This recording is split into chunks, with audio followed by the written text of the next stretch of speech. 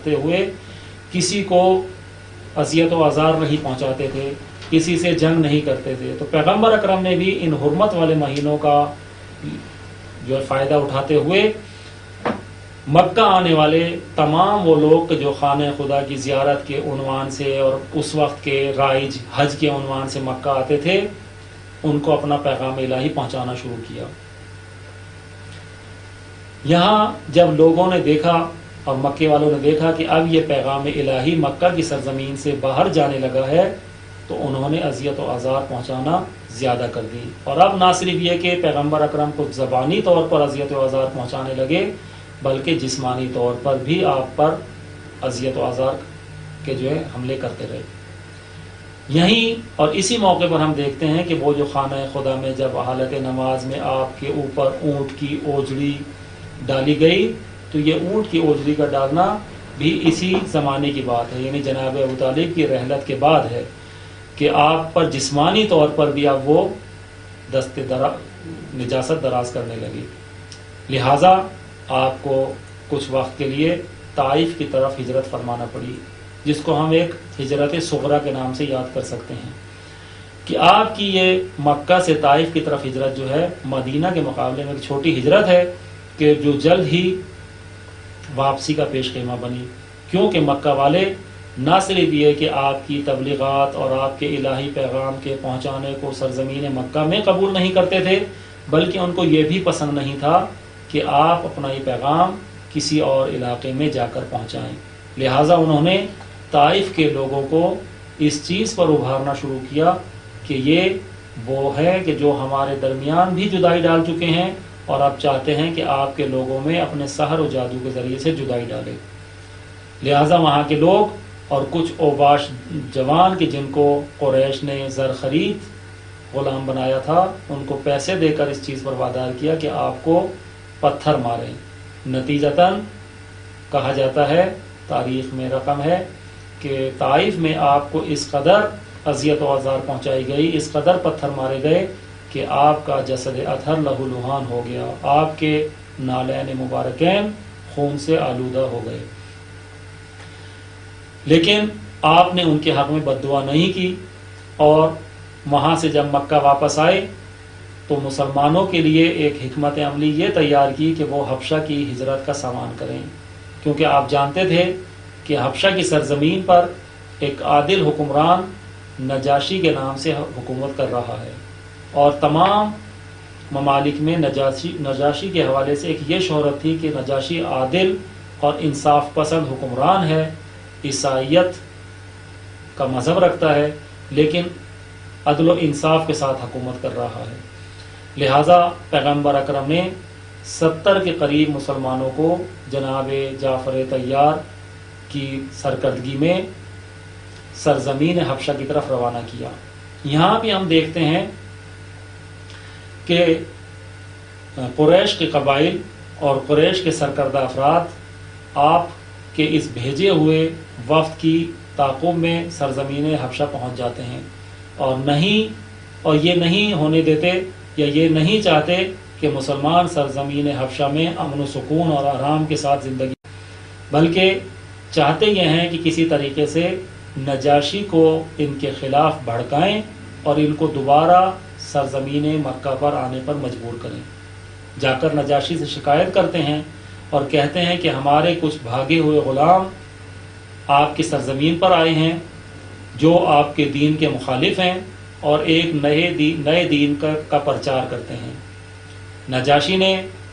حضرت جعفر طیار اور ان تازہ آنے والے مسلمانوں کو بھی اپنے دربار میں جب طلب کیا، اور وہاں ایک بہترین اور عمدہ مناظرہ جناب جعفر طیار کا نظر آتا ہے کہ جب قریش کے سرکردہ نمائندوں نے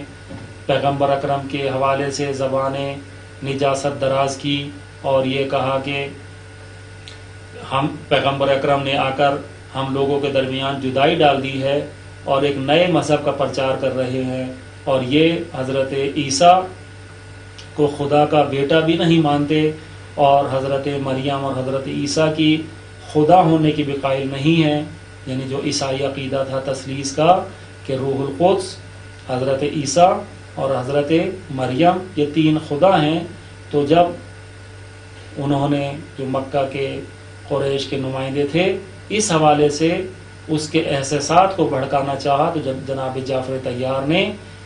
اسلام کی حقیقی اور واقعی صورت پیش کی اور پہلے اپنا عرب معاشرے کا اور مکے کا سابقہ بیان کیا اور فرمایا کہ ہم انتہائی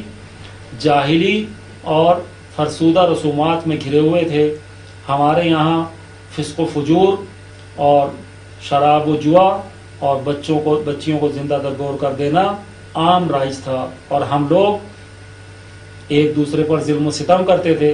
ہمارے درمیان سے خود ہمیں میں سے ایک ایسے شخص نے جو ہے قیام کیا کہ جس کا ماضی صاف و شفاف تھا، جس کا ماضی سب کے نزدیک بہت کھلا آئینہ تھا. اس نے آ کر ہمیں ایک خدا کے طرف دعوت دی اور ہمیں حق کی بات بتائی، ہمیں ان فرسودہ اور آلودہ نجاسات سے جو ہمارے درمیان رائج تھیں ان رسومات سے روکا. پھر آپ نے سورہ مریم کی جناب جعفر طیار نے کچھ آیات کی تلاوت کی اور بیان کیا کہ ہمارا عقیدہ جناب مریم کے بارے میں یہ ہے کہ وہ پاکیزہ خدا کی کنیز، وہ خدا کی بندی تھیں کہ جنہوں نے حضرت عیسیٰ کلمہ خدا کو پیدا کیا اور حضرت عیسیٰ خدا کے بندے اور خدا کے نبی ہیں. تو جب نجاشی نے سورہ مریم کی ان آیات کو سنا تو اس کی آنکھوں میں آنسو آ گئے اور اس نے پوچھا کہ یہ کس کا کلام ہے. تو جناب جعفر طیار نے فرمایا کہ یہ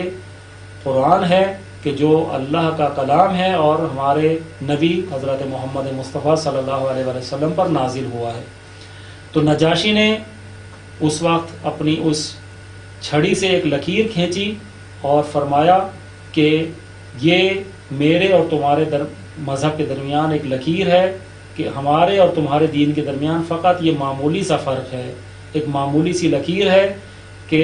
جو ہمارے اور تمہارے دین کے درمیان ہے، اور تمہارا دین بہت عمدہ دین ہے. اور اس نے قریش کے ان سرداروں کو اس وفد کو ناکام واپس لوٹا دیا اور مسلمانوں کو حکم دیا کہ وہ سرزمین حبشہ پر آزادی اور امن و سکون کے ساتھ زندگی گزاریں. تو یہ ہم دیکھتے ہیں کہ پیغمبر اکرم ایک ایسی روش اور ایسا طریقہ اختیار کرتے ہیں کہ جس کے ذریعے سے مکے کی فضا میں کوئی ایسا ماحول نہیں بنانا چاہتے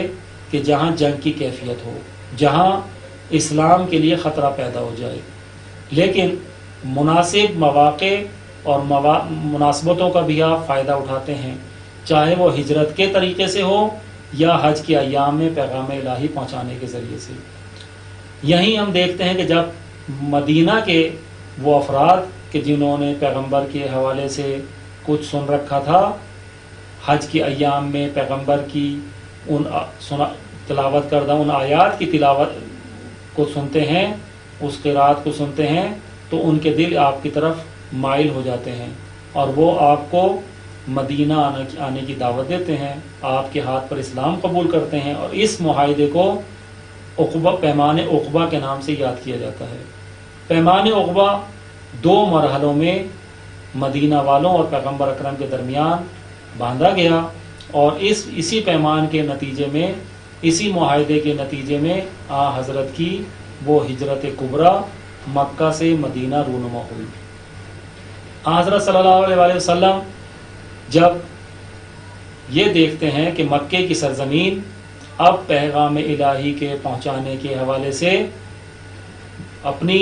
وہ مدت پوری کر چکی ہے اور اب جو ہے حکم خدا سے ہجرت ضروری ہے، تو آپ مولا کائنات کو اپنے بستر پر سلاتے ہیں اور وہاں سے ہجرت کرتے ہیں. ہجرت بھی ہم دیکھتے ہیں کہ خدا کے حکم سے ہے، کیونکہ خدا کے نمائندے ہیں، اور ہجرت ایسے عام ماحول میں